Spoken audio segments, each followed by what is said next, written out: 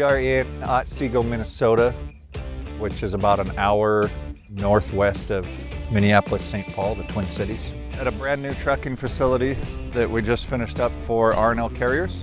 This particular build for Coast Construction Group, I think, really highlights our versatility and our abilities to deal with the varying conditions that we've had on site, soil conditions, different types of construction, winter conditions, and management ability to work with different subs from all across the country to be able to execute a project like this.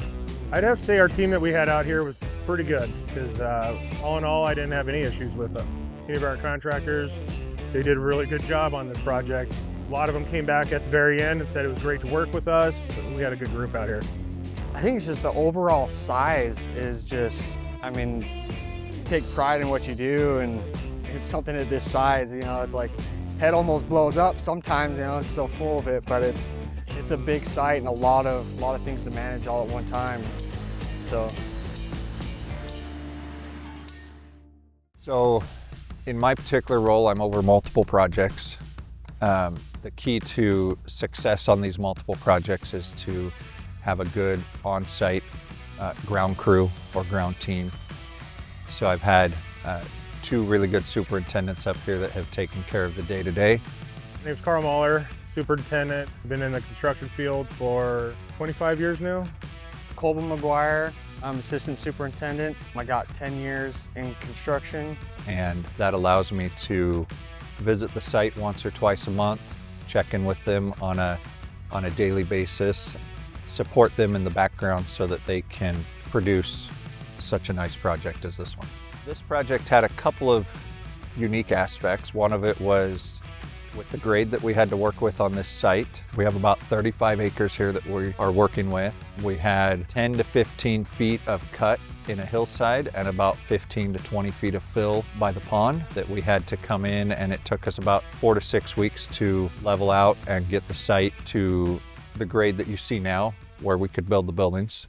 Right as we started, the owner had decided to do the addition right on the day that we started. And so that expanded our schedule. It delayed our schedule a little bit, and it put us into the middle of winter in northern Minnesota, which is not the ideal conditions for concrete and other things. We had guys out here putting plastic on all these doors, and we rented ground thaw trailers and heat trailers, and ask Carl about that. It was We basically hit winter, pretty much just had the shells of the building up, the roofs were on, we were dried in, the office was done in the terminal, but nothing in the maintenance. So we had to get slab in, the CMU walls built for the offices in there, the pits were done during winter, and then interior slabs throughout the terminal itself were pretty much our winter projects. We had to close off all the dock doors with plastic. We kind of built like little lean-to TP type deals off the maintenance building, considering that the doors were so tall. We had to figure something out. Yeah, there's a lot of plastic and a lot of heaters. We stuck the guy from Southern California in Minnesota in the winter. Put that in your video.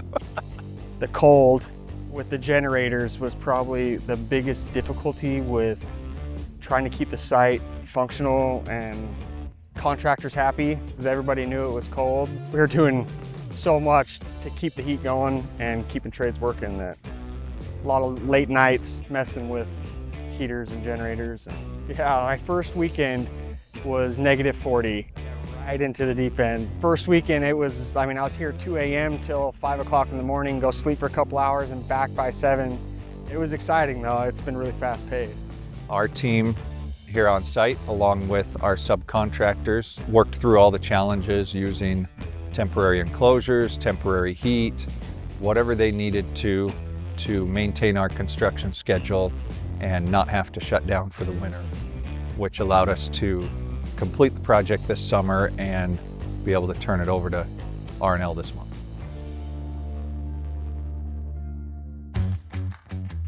Let's go take a look around. We're going to start by heading into the terminal building here.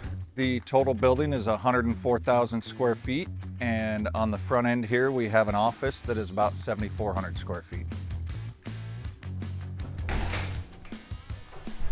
Here in the office is where R+L Carriers runs all the logistics, managing and tracking all the truckloads coming and going. Over here we have 4 offices with a terminal manager's office back in the corner. The dispatch room is right through that wall. And then over here we've got break room, conference room, and bathrooms back there in the corner. We'll head through the dispatch room here. This connects right to the driver's lounge where they come in and get all their freight and information from the dispatchers. And let's head out into the terminal. So here we are in the terminal facility, the dock portion of the terminal building. This dock portion is about 96,000 square feet. It runs about 1,000 feet to the back wall. There are 155 dock doors in this building for loading and unloading trucks and trailers. And this particular one differs a little bit from other R+L Carriers that we have done in Matson, Illinois, Otsego, Oklahoma, and such facilities that were all pre-engineered metal buildings. Pre-engineered metal building comes in a kit. This particular one we had to do a concrete tilt up due to city ordinances and curb appeal and some aesthetics that the city code required for this particular location. These were shipped in 2 panels at a time. It was pretty slick. Had a crane sitting here waiting for them. They picked the panels right off the trailers and set them. I mean, it was pretty much a 5 to 10 minute per panel process. So on this particular building, to maintain space inside the building for operations, R+L chose to put the fire riser rooms and electrical rooms outside. The fire riser room has the automatic sprinkler system and the fire alarm control panels for the entire building. With Minnesota codes and everything, we had to put in all of this ductwork you see up here is part of a smoke evacuation system. So in the event of a fire, this ductwork brings in fresh air down to the lower portion of the building, and then there's large exhaust fans in the middle that will evacuate all the smoke out of the facility so that first responders can see what they're doing and be able to safely enter the building. So in this facility we have 2 shrink wrap machines. This is where R+L will set their pallets on that turntable, and that will wrap it in saran wrap to keep all the boxes and freight contained on the pallet for shipping. Right here at this yellow guardrail is one of 3 pallet jack charging stations here in this building. This is for the drivers to store their electric pallet jacks and have them charged every night so that they're ready for deliveries the next day. So yeah, and that's just more of that smoke evacuation system.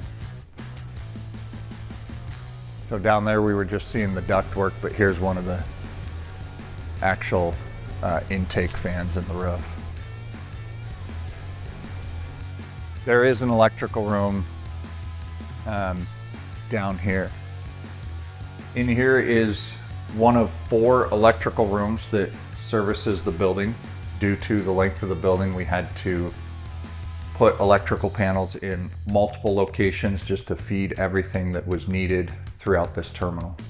This here is an IDF cabinet for R+L's networking facilities. Their main networking hub is in the terminal office, but due to the length of the building, they have to have these cabinets every couple hundred feet to power their security cameras and Wi-Fi hotspots and telephones throughout the terminal.